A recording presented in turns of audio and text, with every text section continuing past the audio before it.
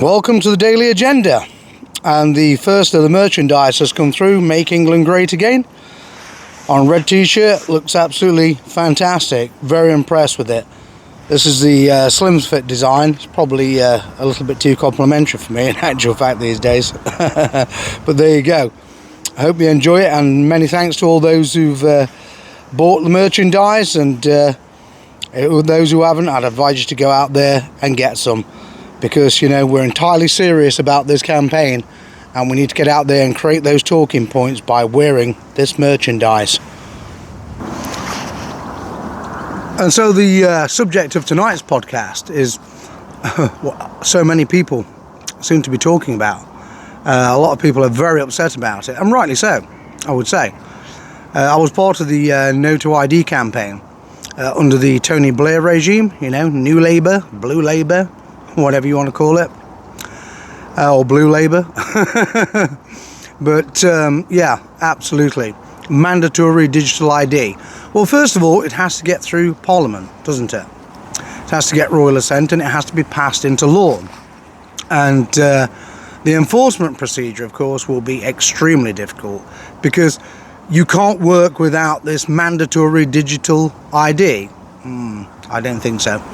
See, the real purpose behind that, in truth, is to tie it into a credit scoring system, and as the thumbnail of this podcast actually suggests, you've been criticising the government and upsetting the Apple Card. Your account has been suspended for 28 days, and we're not talking about your social media accounts either. We're talking about your bank accounts. It's all World Economic Forum again. The globalist, communists, neo-communism, and of course Sir Trotsky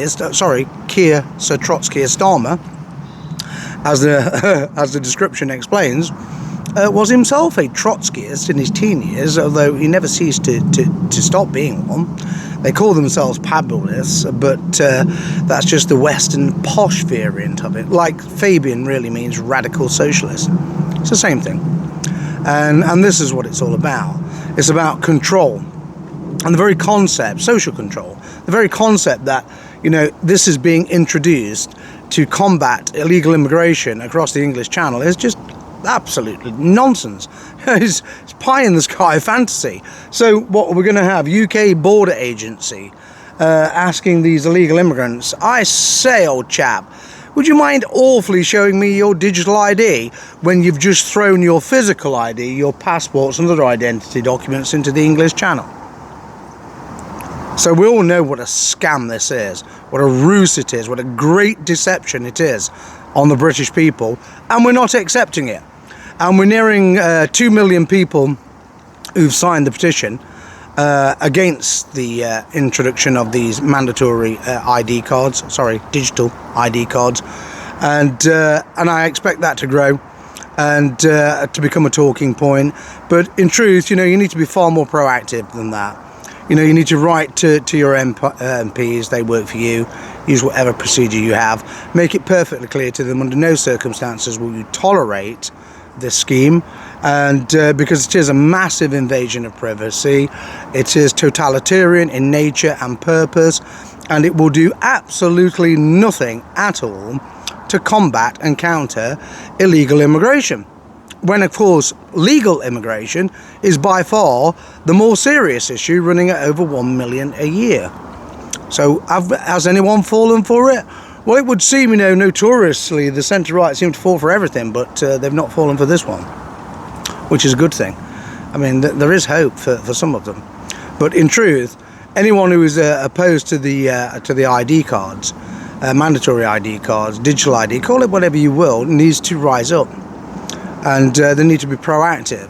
And I've signed the petition, and I've also done other measures, and I'm making this podcast, and under no circumstances will I accept a mandatory ID of any description from this foul, disgusting regime, and I would advise other people to do exactly the same. The reason why they say, oh well, it's going to be free, is because they know perfectly well there'll be so little uptake. I mean, you probably have all the rabid wokesters and the liberals, which probably amounts to about just over 20% of the actual nation, sign up for it, because they're into tyranny and invasion of privacy and wiping out freedom of expression for anyone who doesn't agree with them.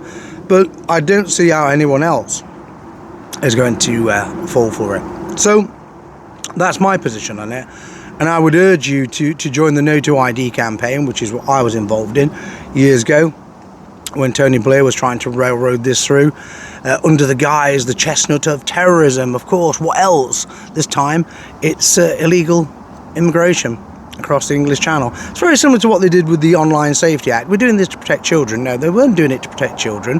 That was just the ruse to get it onto the statute book so that they could further eradicate and destroy everyone's right to freedom of expression. And it's a replay. You know, it's the same playbook, the same copybook. And it's entirely up to us. If we stand up to it in large enough numbers and we're proactive, it will be stopped. And it has to be stopped, because Starmer and his neo-communists cannot be allowed to get away with introducing this mandatory digital ID. And anyone who accepts it is just a sheep and deserves it. And I'm not a sheep, and I don't deserve it, and I won't tolerate it. And I would urge you to do exactly the same. Get active, get out there, speak to other people, like-minded people, campaign, and let's stop this gross invasion of privacy, particularly as it is nothing more than a smokescreen for illegal immigration anyway, in truth. You know, who's fallen for it? I've not fallen for it. I know most of you haven't fallen for it, obviously, otherwise you wouldn't be watching this channel. But it all depends on being proactive, and that's my advice to you. Get out there, be proactive, let's get it done.